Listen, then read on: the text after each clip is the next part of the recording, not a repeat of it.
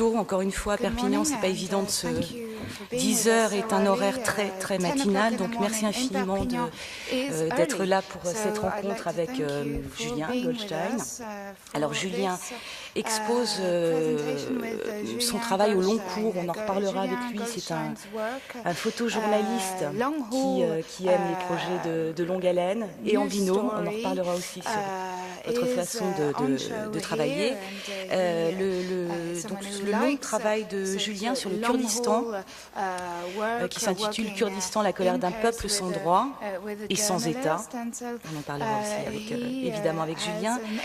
C'est un reportage pour Reportage by Getty Images et vous pouvez le voir, je pense que vous l'avez sans doute déjà vu, si ça n'est pas le cas, allez-y rapidement, vous pouvez le voir à l'hôtel Pams. Donc Julien, c'est pas la première fois qu'on vous reçoit à Perpignan.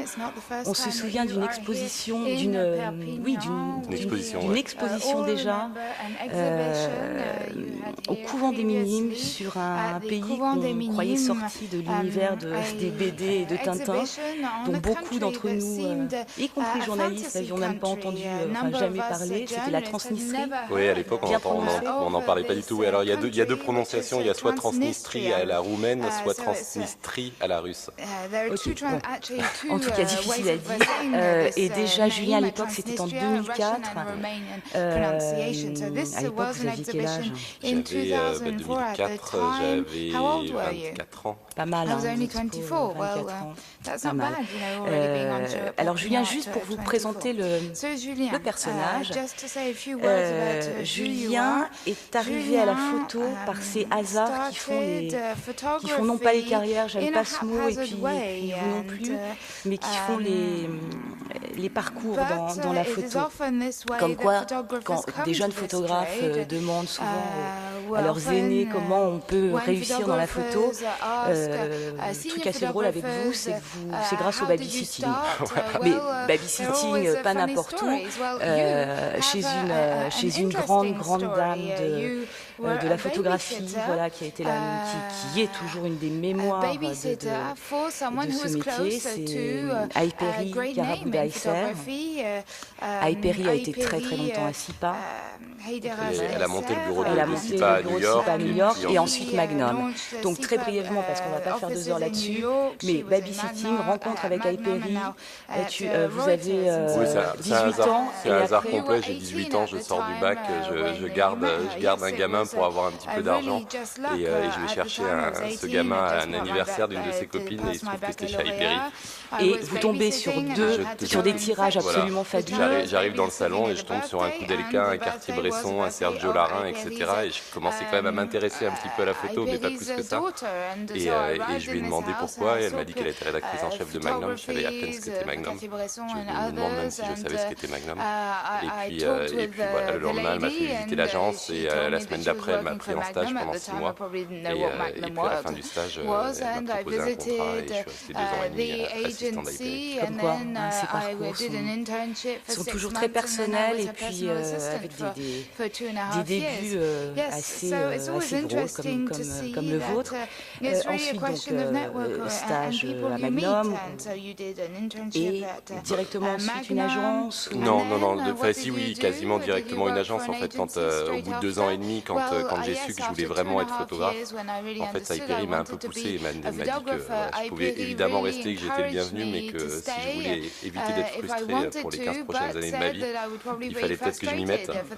Et donc elle m'a vraiment poussé et je suis rentré très vite, 3-4 mois après à l'Œil Public. Voilà, l'Œil Public, rappelons, qui a été une agence créée par des jeunes photographes, par Guillaume Herbeau, Frédéric Setreau, Wilfried Estève, Samuel Bollendorf, voilà, qui sont des noms que vous voyez très souvent pendant vos projections, dans les expositions. Voilà. Donc, Aventure Œil Public était une des très belles aventures de la photo, de la jeune génération. Je suis resté 4 ans et demi à l'Œil Public, 4 ans et demi, 5 ans à peu près, et puis j'ai décidé de voler de mes propres ailes pour différentes raisons. Je suis resté indépendant pendant assez longtemps et je viens de rejoindre Reportage by Les deux publications avec lesquelles vous collaborez le plus, c'est Géo, voilà, France, et vraiment essentiellement pour Géo. Après, je travaille assez régulièrement pour Le Monde, et puis après un petit peu à droite à gauche, mais mon gros client est Géo, qui me suit maintenant depuis 6 ans, et qui... ils ont une partie oui, tout à fait. Le début du sujet a été fait pour Géo, financé par Géo, qu'ils ont publié en 2009 sur 40 pages. On reviendra aussi sur la façon de travailler de Julien ensuite, mais tout d'abord, donc ce peuple kurde, c'est quand même le seul peuple au monde, c'est le plus grand peuple au monde sans État. Malheureusement, c'est pas le seul. Malheureusement, c'est pas le seul, mais le plus grand peuple au monde sans État, la communauté kurde se trouve sur plusieurs pays, la Turquie, la Syrie, l'Irak et l'Iran. En fait, en 1920, à la fin de la Première Guerre mondiale, quand les Alliés ont redessiné les frontières du Moyen-Orient, on avait promis aux Kurdes un grand État kurde, promesse qui n'a jamais été tenue, et ils ont été du coup dispersés dans 4 pays. Après, il faut bien regarder la carte du Kurdistan, et d'ailleurs il y en a une dans l'exposition. En fait, on se rend compte que c'est pas 4 zones complètement distinctes, mais c'est vraiment, on peut dessiner le pays sans aucun souci. Tout est limitrophe, ils se touchent, et d'ailleurs, il y a les absurdités de l'histoire font que dans les familles, il y a une partie de la famille qui est kurde de Turquie et une partie de la famille qui est kurde de Syrie, et qui ne se voit jamais. Ce qui est important aussi de rappeler, c'est que ce peuple, dans tous ces États, principalement en Turquie et en Irak aussi, on va revenir dessus, est très régulièrement stigmatisé, et plus que stigmatisé même.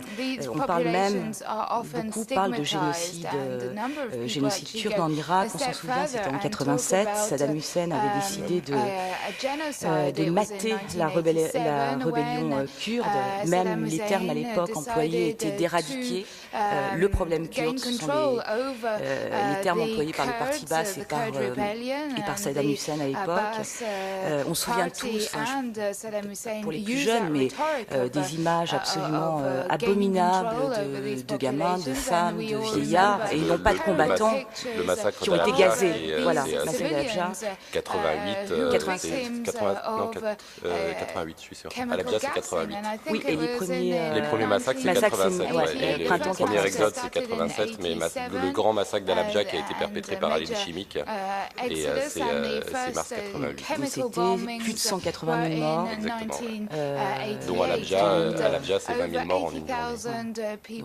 Donc terrifiant. Donc le peuple kurde à la recherche de son État, de son pays, a payé fortement le prix, et sporadiquement aussi. Ça continue, on le voit en Irak. Vous nous en parlerez. Est-ce que le problème kurde est clairement se noue autour de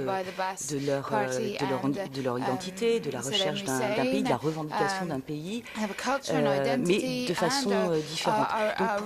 Donc pour ce très long reportage au long cours, et vous avez documenté donc ce peuple, sa colère, son espoir pendant 5 ans. J'ai travaillé 5 ans, j'ai fait 13 voyages. Évidemment, c'est pas 5 ans non-stop parce que c'est pas possible. Mais oui, j'ai travaillé pendant 5 ans avec au début quasiment exclusivement là-dessus pendant l'année. Et puis après, au fur et à mesure que l'argent se tarissait, j'ai été obligé de... Ça a été difficile, justement. Comment faites-vous pour financer un projet sur un si long terme? Alors, moi, j'ai la chance vraiment d'avoir Géo qui me suit depuis 6 ans et qui a financé une partie du projet. C'est-à-dire que pendant les 2 premières années, j'étais en commande pour Géo et ils ont financé entièrement le sujet. Voilà, c'est une chance qui n'est pas unique, mais qui est assez rare. Et puis, à la suite de la publication dans Géo, on avait envie, j'ai travaillé sur ce sujet et avec beaucoup d'autres sujets, avec Olivier Pio, qui est un journaliste que j'apprécie beaucoup. À ce propos, on va faire un peu nos pivots. Vraiment, je vous le recommande. Il est à la librairie éphémère, animée par la formidable Corinne à la Poudrière, quand vous allez vers le couvent des Minimes. Ce livre, donc les textes d'Olivier Pio, et des photos de Julien. Vous avez une signature? On a une signature vendredi, je crois, vendredi à 15h. À 15h, voilà. Si vous ne l'avez pas vu, c'est vraiment du travail abouti. Et oui, donc voilà, donc à la fin de ce sujet pour Géo, quand Géo a publié, avec Olivier, on avait vraiment envie de continuer. Alors c'est pas continuer pour continuer, c'est continuer parce qu'on pensait qu'on avait des choses à dire encore, on avait encore beaucoup de choses à voir. Et là, on a commencé à se poser la question de comment est-ce qu'on allait pouvoir continuer. C'était assez peu imaginable de retrouver une publication en France qui allait nous soutenir. Pourquoi? Parce que le problème kurde n'intéresse pas, oui, le problème kurde intéresse assez peu. Il y avait déjà eu 40 pages dans Géo. Je dirais que le seul inconvénient de travailler en binôme avec un journaliste... Parce qu'il y a vraiment des avantages. Voilà, parce qu'on en parlera, mais moi je suis un fervent défenseur du binôme. Mais un des seuls inconvénients, c'est qu'un journaliste de langue française ne peut pas travailler, ou alors c'est vraiment excessivement rare pour des publications étrangères. Du coup, on était obligés, pour continuer à travailler ensemble, de trouver soit une publication en France, ce qu'on n'a pas trouvé, et ceux auxquels on ne croyait pas beaucoup, ou alors de trouver d'autres moyens de financement. Donc on a continué 1 ou 2 voyages sur nos fonds propres, et puis on a eu la chance d'avoir la bourse de la Fondation Lagardère. Il y a 3 ans maintenant, qui nous a permis... Alors c'était une bourse de photographe, c'est 15 000 €. C'est une bourse de photographe que j'avais présentée en tant que photographe et que évidemment j'ai partagé avec mon petit copain pour continuer à faire le travail. De tous ces voyages, 13 voyages, c'est rare qu'on puisse dans ce métier suivre si longtemps et en tout cas faire autant de voyages sur le terrain, de reportages d'enquête sur le terrain. Qu'est-ce que vous gardez de cette rencontre avec ce peuple kurde? Alors évidemment, il y a plein de choses, parce que 13 voyages, c'est des jours et des jours sur le terrain, c'est énormément de rencontres. J'ai souvent des flashs comme ça, mais qui sont des flashs soit que j'ai mis en image, soit pas, mais voilà, en fait, l'impression générale à la fin, c'est de... Et encore une fois, j'aurais pu travailler encore 10 ans sur ce sujet. Il y a un moment où il faut que ça s'arrête, mais j'aurais pu travailler longtemps et j'y reviendrai peut-être d'ailleurs plus tard. Voilà, l'impression générale, c'est que j'ai le sentiment d'être allé vraiment photographier le quotidien de ces gens. Et c'était important. En fait, le sujet, il est venu un petit peu par hasard au début. J'étais en Turquie avec Olivier pour Géo, et il se trouvait que notre fixeur était un Kurde de Turquie qu'on n'avait pas du tout choisi parce qu'il était kurde. On l'avait choisi parce qu'il parlait parfaitement français, qu'il venait de faire un doctorat à l'université de Toulouse.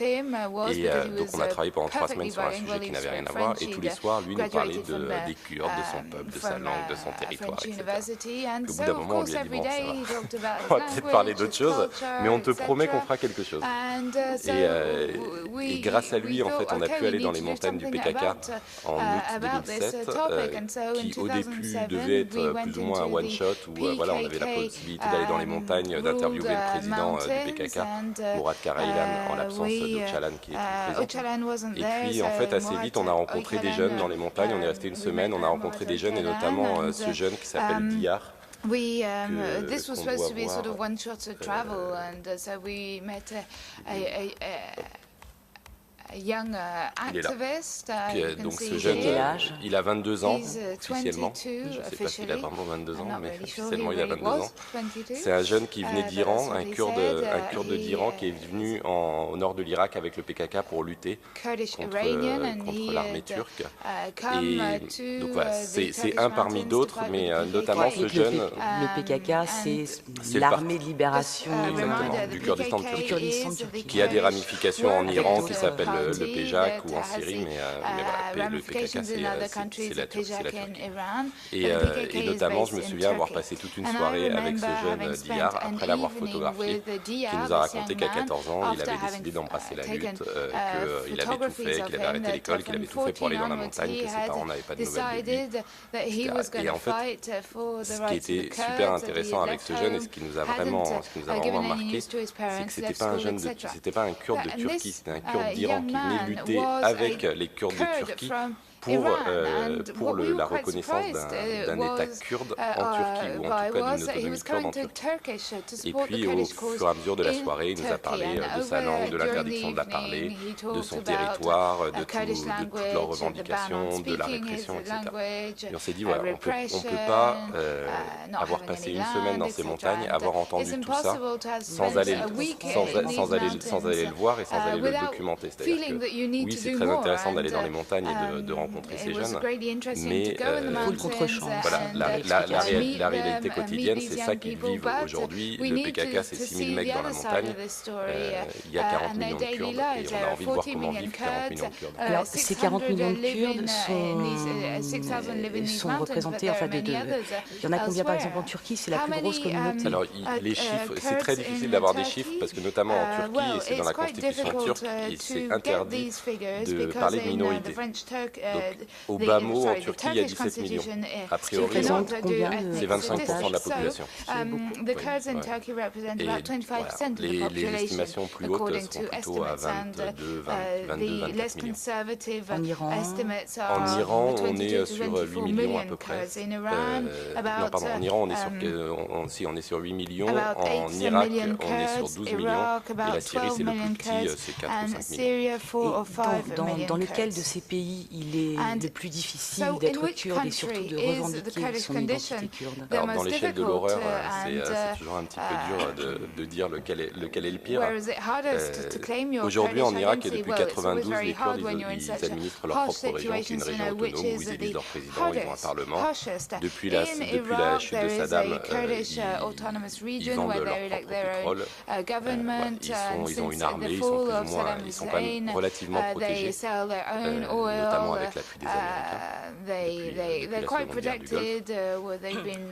On va dire que les choses se passent relativement bien pour eux. Évidemment, il y a d'autres problèmes qui sont des problèmes de riches, mais qui sont des problèmes quand même. Voilà, donc corruption, clientélisme, tout ce qu'on peut imaginer quand un peuple qui s'est battu pendant 60 ans avec des grands leaders, etc., arrive tout d'un coup, du jour au lendemain, à une certaine forme d'autonomie, en plus avec du pétrole où ils sont riches à mourir. Évidemment, c'est souvent les familles du président et le clan autour qui s'accaparent toutes les richesses. Donc il y a ces problèmes, mais bon, on va dire que c'est des problèmes de riches. Et puis il y a la Turquie. Donc là, on parle de 25% de la population.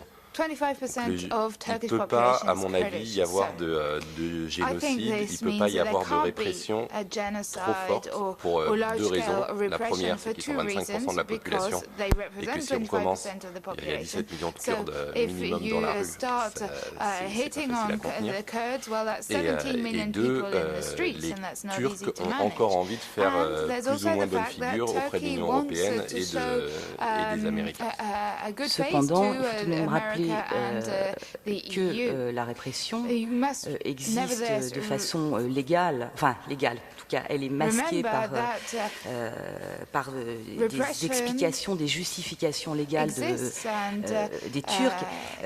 Juste pour vous montrer à quel point il y a une jeune française d'origine kurde qui s'appelle Sevimli, qui est une jeune étudiante envoyée dans le cadre d'Erasmus en Turquie et qui a participé à une manifestation, c'était en mai, en mai, elle participe à une manifestation pour la reconnaissance du peuple kurde, de l'identité kurde, à Istanbul. Oui, c'était à Istanbul. À Istanbul. Cette jeune fille de 20 ans, jeune étudiante française, donc, a été arrêtée, a passé 3 mois en prison, a été relâchée le 6 août dernier et risque tout de même 32 ans de prison. Voilà, pour vous montrer à quel point être kurde aujourd'hui, le revendiquer.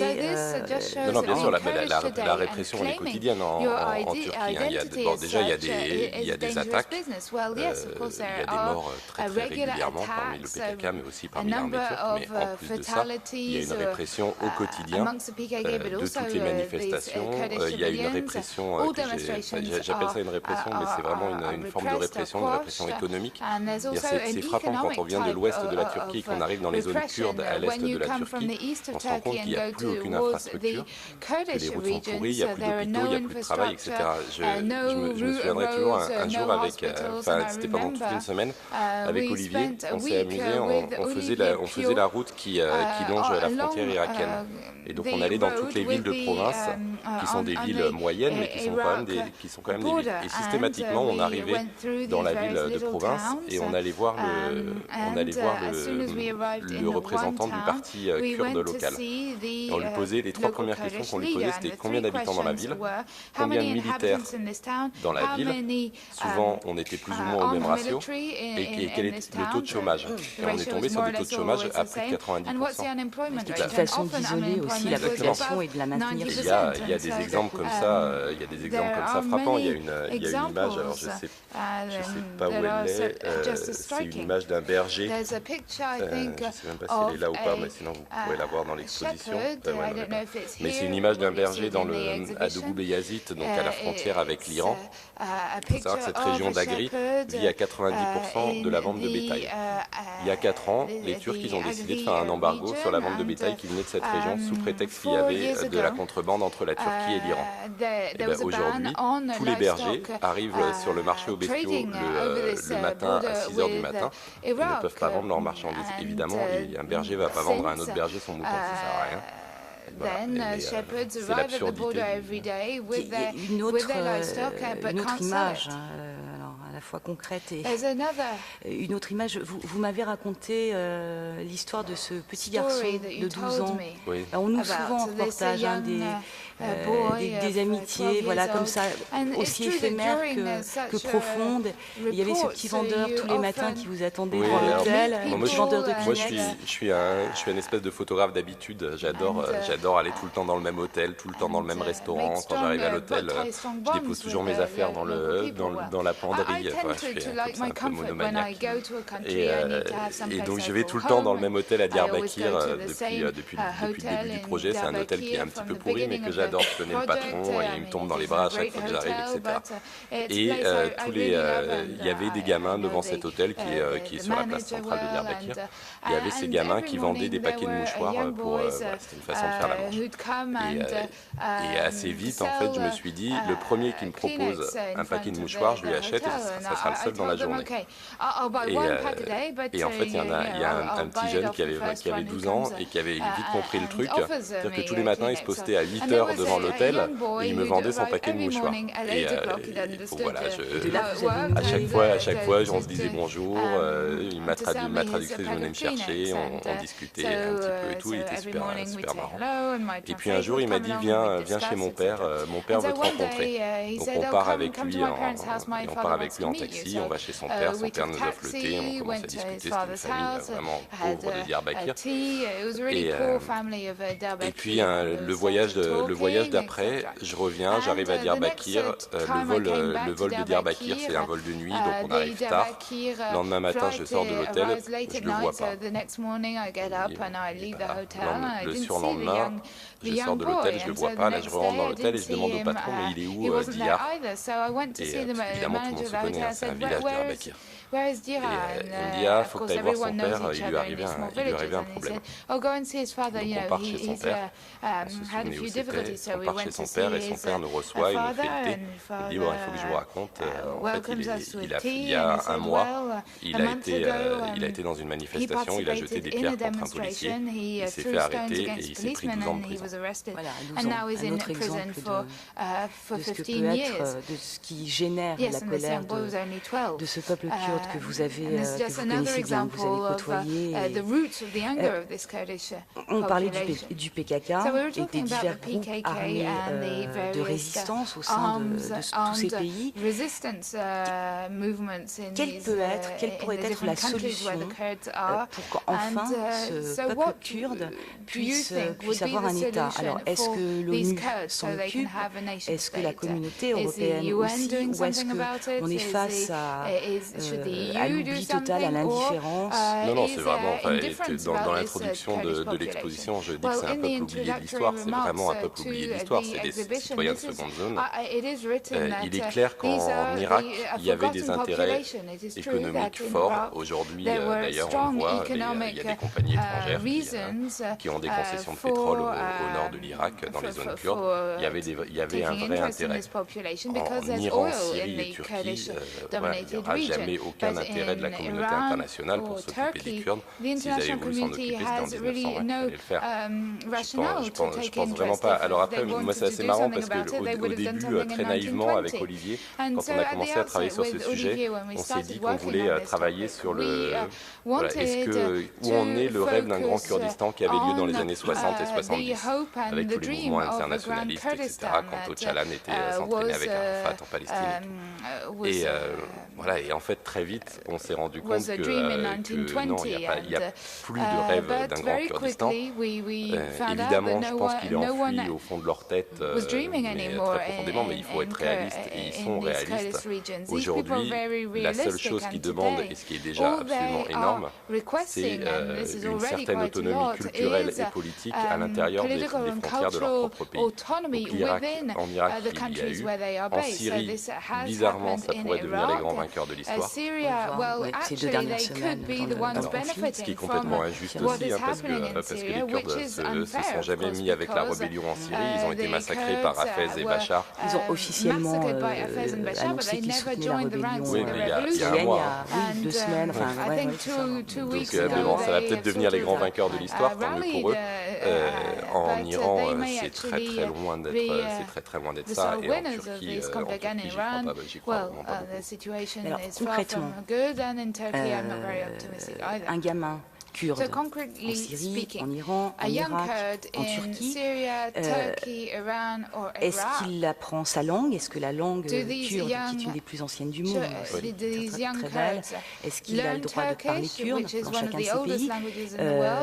Est-ce qu'à l'école, je crois qu'en Syrie, en Turquie, alors, en fait, c'est vraiment chaque pays a son cas particulier. Évidemment, en Irak, encore une fois, ils administrent leur région, ils font ce qu'ils veulent.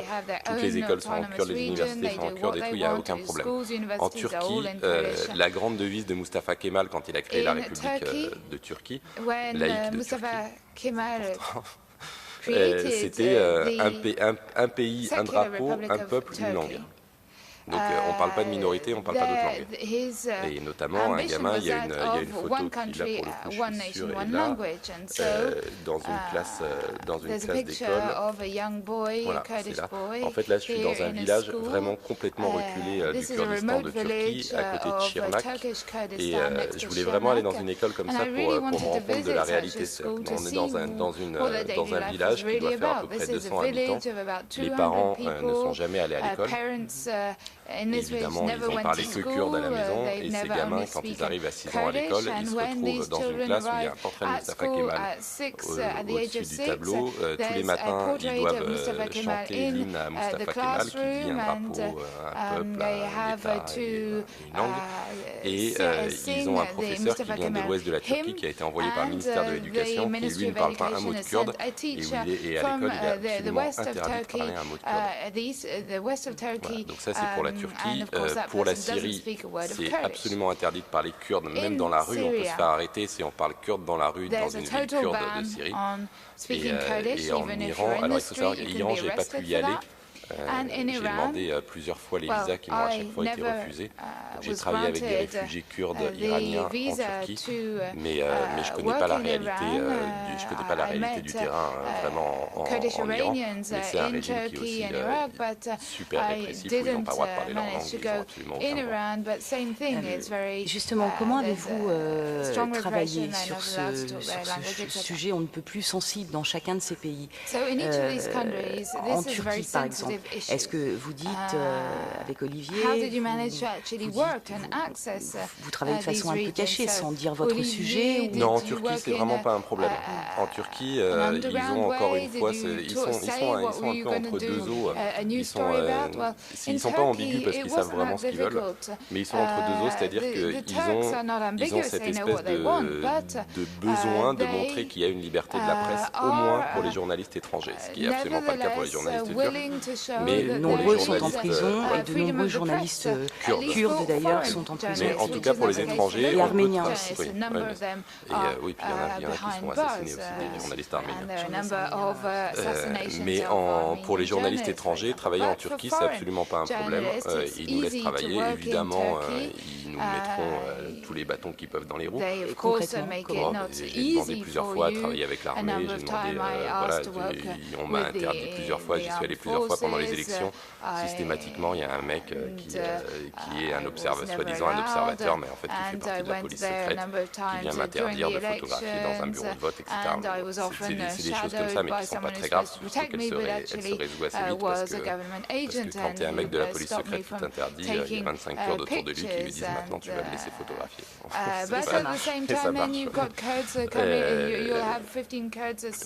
Donc voilà, en Turquie, c'est vraiment pas un problème de travailler, en Iran impossible, et en Syrie excessivement compliqué. J'ai pu y aller 2 fois, et parce que j'ai jamais eu autant de mal de ma vie à travailler, c'est-à-dire que sur une journée de 24 heures, on devait rester à peu près 19 heures à l'hôtel à regarder les mouches au plafond et à attendre qu'on puisse sortir, qu'on puisse aller voir des gens.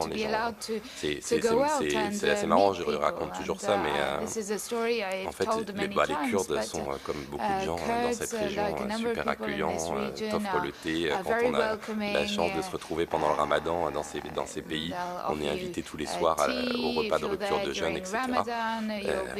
En Syrie, moi j'ai jamais pu rentrer dans une maison, et on m'a jamais fait rentrer dans une maison, même pour boire le thé, parce que les mourabarats sont partout, parce que les mourabarats sont les nervis, les services secrets de... Et puis parce que voilà, tout le monde a peur de tout le monde, c'est-à-dire que même si tu m'invites à boire le thé chez toi, t'es pas à l'abri que ton voisin te dénonce pas et que dans les 10 minutes, t'es les services secrets qui sont chez toi. J'en profite juste, tu racontes ça, pour dire que bien évidemment, ça n'a aucune commune mesure avec les conditions dans lesquelles nos confrères et consoeurs travaillent aujourd'hui en Syrie depuis 18 mois. Ils risquent leur vie, et malheureusement, voilà. On l'a vu encore avec la disparition de Rémi Hochlik, de Marie Colvin aussi. Marie Colvin aussi. Mais simplement avant, il y a 18 mois, il y a 2 ans, travailler en Syrie pour un journaliste, un photojournaliste ou un journaliste de presse écrite ou télé ou radio, c'était excessivement difficile. On est contrôlé, surveillé en permanence, c'est touché à un sujet tabou comme cela. Déjà, de toute façon, on disait surtout pas qu'on allait faire ce genre de sujet. Les visas étaient faits pour un tout autre sujet. Et puis voilà, il fallait se cacher. C'est pas du tout dangereux, et je suis très admiratif de ce que font mes camarades. Mais voilà, moi je suis pas du tout dans le.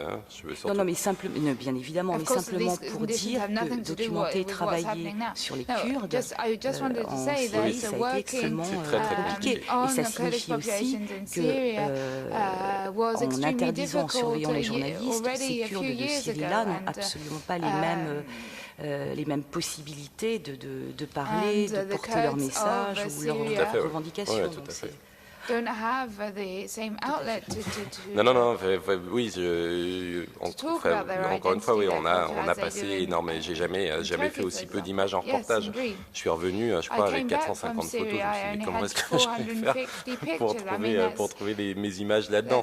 C'était vraiment une lutte quotidienne pour photographier, pour trouver des gens qui acceptaient de nous parler, même avec toutes les précautions possibles et inimaginables. Et on ne pouvait photographier que la partie émergée de l'iceberg, je dirais. C'est-à-dire qu'on n'a absolument pas pu aller en profondeur en Syrie. 13 voyages sur 5 ans, ça représente combien de photos au total? Et après, sur ce total, on en garde combien? Alors, je ne sais pas, mais c'est 13 voyages, c'est des dizaines de milliers de photos. En plus, moi, je suis quelqu'un qui a tendance à appuyer beaucoup. Voilà, et après, là, au final, le livre, il doit y avoir 55 photos, je crois. Dans l'exposition, il y a 35 photos, et on va dire que moi, mon editing, par exemple, qui est sur le site de reportage, c'est 42.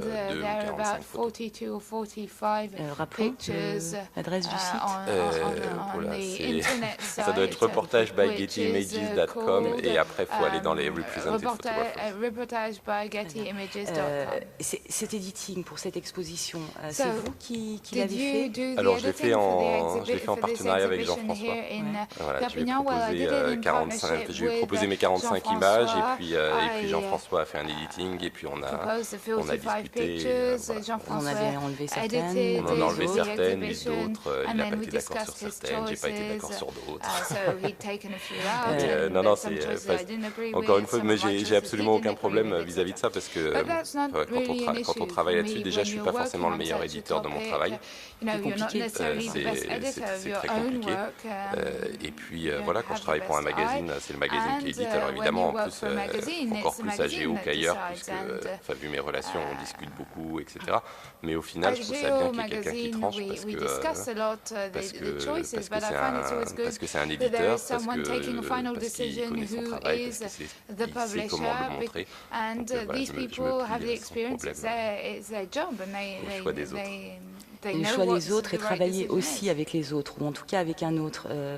Vous avez cette particularité, d'autres aussi l'ont, mais pas tous. En photojournaliste, vous aimez beaucoup travailler en binôme. Oui, moi je travaille exclusivement en binôme. C'est quelque chose d'important pour vous. Vous aviez envie d'en parler ce matin. Oui, mais c'est vraiment un truc que j'ai commencé il y a 6 ans.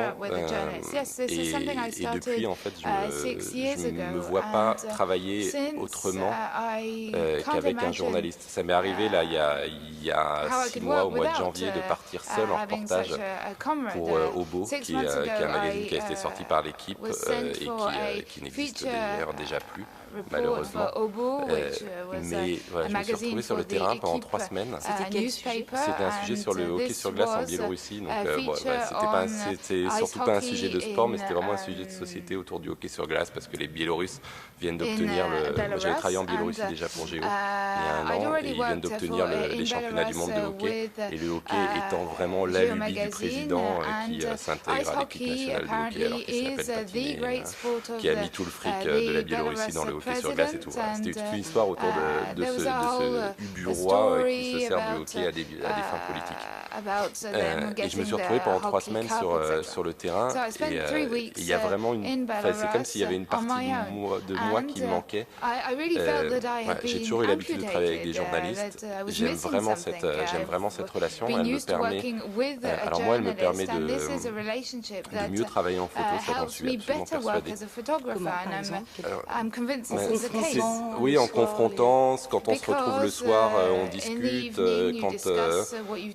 je peux vite avoir des obsessions, et j'aime bien quand le journaliste me recadre, ça me permet de faire un pas de côté ou un pas en arrière, de regarder un peu plus l'histoire, et puis c'est vraiment un travail à 4 mains et à 2 personnes. C'est une façon de raconter une histoire. Moi, je suis vraiment photojournaliste. Je revendique presque plus le terme de journaliste que de photographe dans mon métier. J'aime raconter une histoire. Pour moi, une bonne image, c'est pas une image qui est visuelle. C'est pas une image qui est que visuelle, c'est une image qui a du sens. Et ce binôme me permet de trouver le sens. Et puis après, pour des raisons strictement plus triviales, mais voilà, monsieur, après, quand on se connaît avec les journalistes, c'est génial, on arrive quelque part, le journaliste, il sait quand j'ai besoin de faire des photos, il occupe quelqu'un pour pas qu'il me parle et pour pas qu'il me regarde. Et voilà, c'est tous ces trucs-là qui font qu'une relation entre un journaliste et un photographe, elle est à mon avis primordiale. On le voit d'ailleurs, je reparle de votre livre Kurdistan, la colère d'un peuple sans droit, c'est vraiment l'équilibre parfait, qui a du sens entre le texte et la photo. Oui, il est loin d'être parfait, ça j'en suis sûr. Vraiment, non, c'est excellent et c'est passionnant. Voilà, c'est vraiment un livre qu'on a voulu faire et ça a été depuis le début où on s'est dit que quand on s'est dit qu'on allait faire un livre, c'était qu'il était hors de question que ça soit un livre photo avec une introduction de texte, il était hors de question que ça soit un livre de texte avec un cahier photo, et c'était obligatoirement un livre qui mélangeait les textes et les photos, c'est un travail à 4 mains. Et voilà, on a juste 2 écritures différentes, mais on est tous les 2 journalistes, il y en a un qui écrit, il y en a l'autre qui fait il y a l'autre qui fait des photos, mais c'est vraiment un livre de 2 journalistes et c'est comme ça qu'on voulait le faire. C'est comme ça qu'on le ressent. C'est comme ça qu'on l'a fait d'ailleurs sur le terrain, vraiment. C'est-à-dire que moi je suis un photographe qui adore la pré-enquête, qui je trouve autant les sujets que les journalistes qui me les proposent. Voilà, j'aime vraiment. Alors après, une fois sur le terrain et après, chacun écrit à sa façon et édite à sa façon. Quand le journaliste écrit, moi j'édite, etc. Mais c'est aussi une autre écriture. Mais voilà, avant et pendant, c'est vraiment un travail ensemble. Je suis pas un illustrateur. Ce livre, faire un livre, on en parle très souvent lors de ces rencontres. Et on voit combien il est difficile de financer des sujets, des reportages avec les magazines, les journaux, les publications. Mais alors, faire un livre, est-ce que c'est aussi difficile? Parce que là, vous avez participé, Olivier et vous avez mis de votre poche pour éditer aussi ce livre. Non, pas pour éditer. On a mis de notre poche pour finir le travail. Par contre, quand on est allé voir l'éditeur, qui est l'éditeur d'Olivier, avec qui il s'entend très bien, et il nous a paru naturel d'aller chez lui tout de suite, parce qu'on allait avoir une grande marge de manœuvre, notamment, et parce qu'on allait pouvoir faire, c'est les petits matins, et parce qu'on allait pouvoir faire vraiment ce qu'on voulait. J'avais eu une discussion avec Le Seuil, par exemple, et il fallait, quand on rentre dans des grandes maisons d'édition comme ça, il faut rentrer dans des cases, dans des collections qui existent déjà, etc. Formaté. Et en fait, la façon dont on voulait le faire, vraiment en mêlant intimement le texte et les photos, n'était pas possible à faire dans une grande maison d'édition qui a déjà ses collections. Et par contre, l'éditeur, mais bon, ça c'est vrai pour les petits éditeurs comme pour les grands éditeurs, il nous a dit, OK, il y a combien de pages, il y a combien de photos, vous voulez combien d'exemplaires, il nous faut 30 000 € sur la table.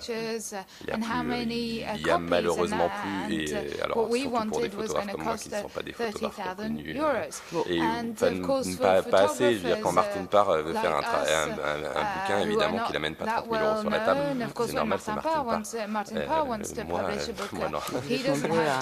À ramer. Et donc voilà, on a dû aller chercher 30 000 € pour financer le bouquin.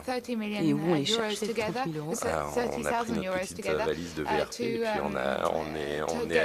on est allé à droite à gauche et puis finalement on a trouvé auprès de l'Union européenne. C'est un groupe parlementaire de l'Union européenne.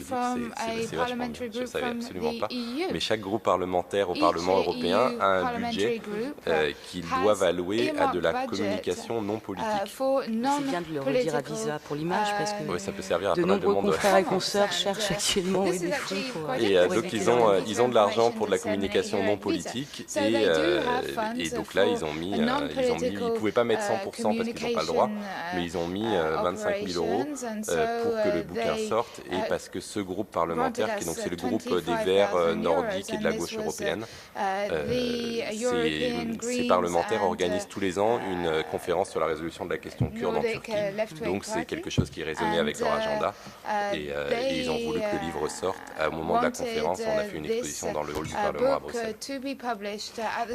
Sujet non politique, là pour le coup, oui, c'est les Verts et c'était de la communication, c'est ce qu'ils appellent de la communication non politique, c'est-à-dire qu'ils ne communiquent pas directement sur leurs parlementaires. Quelqu'un vous a, on en parlait, vous a dit un jour, mais vous travaillez sur le Kurdistan, sur l'histoire de ce peuple, vous adhérez à leurs idées. Question qu'on me demande très régulièrement. Est-ce que oui, ça m'est arrivé plein de fois de me retrouver soit avec des gens qui n'étaient pas du tout d'accord avec moi. Et moi, je suis très clair avec ça. Je suis journaliste. Oui, j'ai une certaine sympathie pour le peuple kurde. Elle est indéniable et comment ne pas en avoir. Par contre, je suis vraiment journaliste et donc, ma sympathie ne m'empêche pas de voir aussi tout ce qu'ont fait les Kurdes. Ils ont une capacité à se retrouver du mauvais côté de l'histoire, soit malheureusement comme étant vraies victimes, soit en se mettant eux-mêmes dans des situations où ils étaient du mauvais côté de l'histoire. Ça, je l'oublie surtout pas. Et puis voilà, oui, je suis allé. J'ai une vraie sympathie, mais je suis très réaliste et c'est pas mon histoire, c'est leur histoire. Moi, je suis là pour documenter leur histoire et je ne veux surtout pas prendre parti et je ne suis pas leur avocat. De rappeler.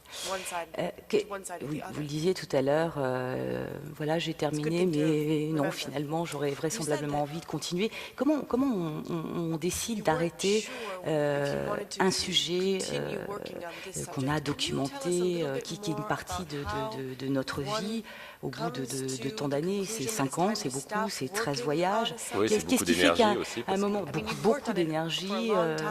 Qu'est-ce qui fait qu'à un moment on décide, on dit ça y est, voilà, j'ai dit ce que j'avais à dire, par ma photographie, j'arrête ou... Alors, qu'est-ce qui fait c'est un mélange de choses pour être très pragmatique. Je pouvais plus l'assurer financièrement, je pouvais plus assumer ce travail financièrement et continuer à l'assumer financièrement. En dehors de ça, j'avais l'impression quand même que j'avais réussi à faire des choses et à montrer ce que j'avais envie de montrer. Évidemment, un sujet comme ça, je peux y travailler pendant 10 ans, 15 ans, 20 ans encore si j'ai envie. J'ai terminé, j'ai décidé que je le terminais aujourd'hui. En fait, il a été terminé en sortant un livre. Hein. C'était un peu, je pense que si on n'avait toujours pas sorti le livre, on serait encore à se battre pour aller faire 1 ou 2 voyages, trouver un peu d'argent pour faire un livre, etc. Là, ça marquait un peu un point où, ok, on a sorti un livre, on a montré ce qu'on avait envie de montrer, on n'a plus d'argent pour assumer le truc, donc on va faire autre chose. Mais ça ne veut pas dire que j'y reviendrai pas dans 5 ans, dans 10 ans. Mais je pense qu'il faut savoir s'arrêter aussi. Je pense. Peut-être mieux y revenir avec du recul. Tout à fait.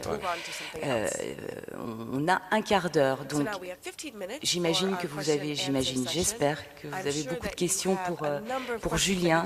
Alors simplement, juste pour vous rappeler, parce que parfois je suis un peu flottante comme ça, c'est qu'on voit mal d'ici. Normalement, il y a les jeunes filles qui sont là, qui ont le micro. N'hésitez pas à gesticuler et à crier parce que je ne vous vois pas forcément. Donc déjà, on a une dame ici qui est au deuxième rang que je vois facilement. Mademoiselle, levez le tant que vous n'avez pas le micro pour que les jeunes filles vous voient.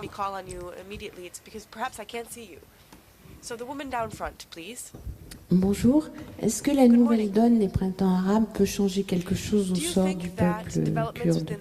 En Syrie, oui, clairement. Encore une fois, ça deviendra peut-être les grands vainqueurs de l'histoire en Syrie. Ailleurs, j'y crois pas beaucoup. Il y a eu pas mal de soulèvements à Souleymanie, au nord de l'Irak, au moment de la révolution égyptienne. En fait, c'est juste parce que ils se sont dit, ok, nous aussi, on peut manifester contre la corruption dans notre pays,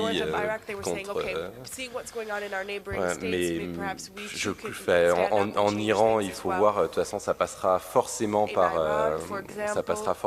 une révolution ou en tout cas un soulèvement en Iran plus global. Et puis en Turquie, non, je ne crois pas du tout.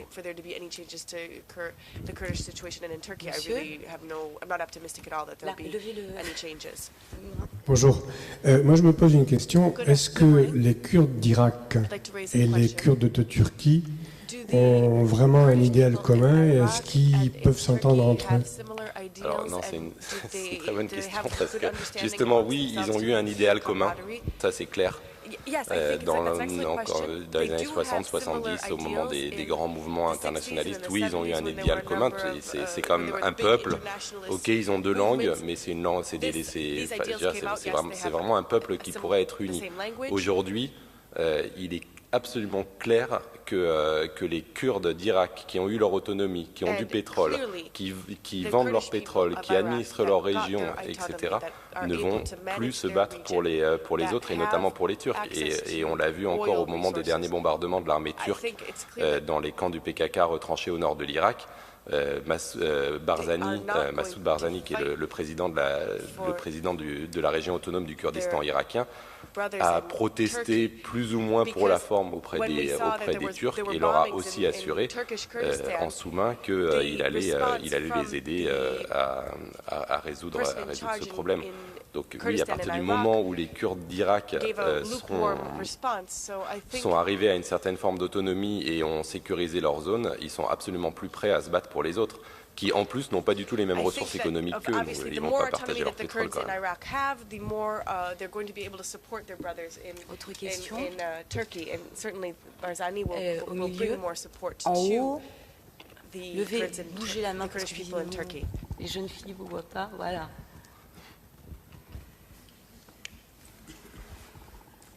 Bonjour, j'aurais voulu savoir quelles étaient les ressources du PKK en tant qu'armée. Elles sont plus ce qu'elles étaient. Aujourd'hui, quand on va dans les montagnes, au nord de l'Irak, c'est 6000 mecs avec 6000 mecs et femmes. Les femmes, oui. Il y a 40% de femmes dans le PKK et les femmes ont toujours été présentes dans la politique kurde. C'est vraiment super important. Mais voilà, c'est 6000 combattants avec des kalachnikovs hors d'âge, quelques missiles solaires. Et c'est pas le jour où les Turcs ont vraiment envie de régler ce problème du PKK, ils le régleront en une semaine. Et une autre question, est-ce que ce peuple, donc le peuple des Kurdes, est lié par une religion commune? Oui, ils sont musulmans, par contre ils sont soit chiites, soit sunnites, une grosse majorité de sunnites, mais il y a quelques Kurdes chiites qui appartiennent à les minorités alévis et yézidis. Qui eux sont plutôt...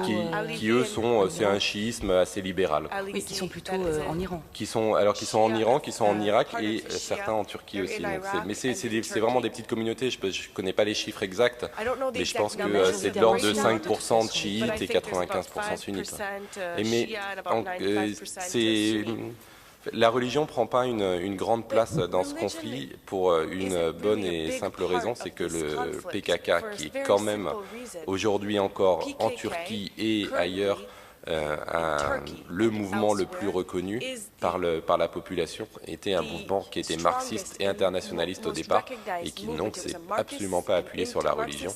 Et voilà, aujourd'hui on verra pas une femme, on verra des femmes voilées justement comme là, avec le voile traditionnel, mais elles sont absolument pas voilées comme on peut le voir dans d'autres pays ou comme on peut le voir par exemple en Irak au sud.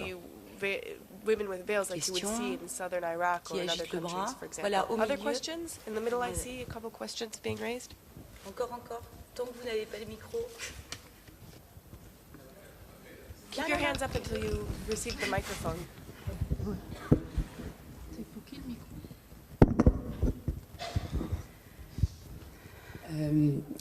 Bonjour Julia. Bonjour Capucine. Non, en fait, moi je me demandais, est-ce que tu avais rencontré des gens, est-ce qu'il existait des mariages mixtes entre, par exemple en Turquie, entre les Kurdes de Turquie? Est-ce que c'est quelque chose qui est impossible? Est-ce que... Moi, j'en ai pas rencontré. On peut évidemment pas dire que c'est impossible. Ça doit exister, mais on n'a pas rencontré. Il n'y a pas des enfants nés de ces unions irlandais, question d'identité. Voilà. Non, j'en ai pas rencontré. Je pense que c'est super rare. Il doit évidemment y en avoir, mais c'est. Oui, parce que ça dit beaucoup. Très bonne question, puisque ça dit beaucoup de la façon dont les Kurdes sont intégrés. Mais encore une fois, c'est vraiment des citoyens de seconde zone. Par exemple, en Syrie, il y a une grande histoire sur les Kurdes. En fait, en 61, il y a Hafez el-Assad qui avait fait un recensement en Syrie et qui a retiré la nationalité à 200 000 Kurdes de Syrie. qui sont devenus apatrides, donc qui n'ont pas le droit de voyager, pas le droit à la propriété même d'une voiture ou d'une maison, pas le droit de travailler pour l'État en sachant que la majorité du travail c'est pour l'État, etc. C'est des fonctionnaires. Et ce statut d'apatride se transmet de père en fils et de mère en fille en Syrie. Aujourd'hui, il y a 600 000 apatrides en Syrie qui n'ont aucun de ces droits. Évidemment, il n'y a pas un arabe qui va se marier avec un apatride parce que ses enfants deviendront automatiquement apatrides. Voilà. Cette négation, c'est d'une violence extrême. Oui, tout à fait. Bon, ça c'est pour la Syrie, mais pour la Turquie, c'est vraiment des citoyens de seconde zone. Ils ont des noms différents. On leur accorde pas du boulot. Un Kurde. Mais par exemple, au quotidien en Turquie, c'est quoi? Ils se côtoient, ils se croisent, ils vont dans les mêmes écoles, ils n'ont pas les mêmes droits, c'est vraiment... Non, parce que les Kurdes sont complètement marginalisés. Donc dans leur zone, dans la zone kurde, elle est quasiment, à part des militaires, des policiers et les mecs qu'on a envoyés, soit pour être professeurs, soit pour l'administration, etc., qui sont turcs et qui, eux, vivent dans des mondes complètement cloisonnés. Là, ils ne se croisent pas. Et à Istanbul, par exemple, où il y a énormément de Kurdes, et Istanbul, c'est la première ville kurde au monde, vient de Diyarbakir. C'est des quartiers, et ils sont, on ne verra pas un quartier mélangé. La question de Capucine, il y a un indice qui est assez révélateur dans les pays quand on parle de ségrégation, puisque de fait, il s'agit aussi de ségrégation. C'est-à-dire qu'on ne verra pas un Kurde accéder à des postes dans l'administration, dans la fonction publique. Ça, c'est absolument net. Absolument impossible, enfin en tout cas à haut niveau, absolument impossible. Et même par exemple, il y a toujours un service militaire en Turquie qui est assez dur. Et par exemple, le grand jeu de l'armée turque est d'envoyer les appelés kurdes, puisque eux aussi font le service militaire, mais ils les envoient systématiquement sur les opérations en première ligne contre leurs frères. Ça, c'est vraiment un truc qu'on voit tout le temps. C'est-à-dire que les mecs qui sont en première ligne au Kurdistan, à la frontière avec l'Irak, où il y a les camps retranchés du PKK, c'est des Kurdes. Bon, malheureusement, le temps qui nous était imparti est terminé. On resterait des heures, mais on va rencontrer Nick Wheeler, qui est un grand témoin, photojournaliste de l'histoire, des soubresauts historiques de ces 40 dernières années. Donc vraiment, restez là. On fait une petite pause de 5 minutes, mais vraiment restez là aussi. Julien, merci infiniment. Donc le Kurdistan, la colère d'un peuple sans droit, signature à la Poudrière, super librairie, vraiment allez-y. Signature vendredi, très dangereuse, explosive librairie. À quelle heure vendredi? Vendredi à 15h. À 15h vendredi. Voilà, merci. Et à tout de suite.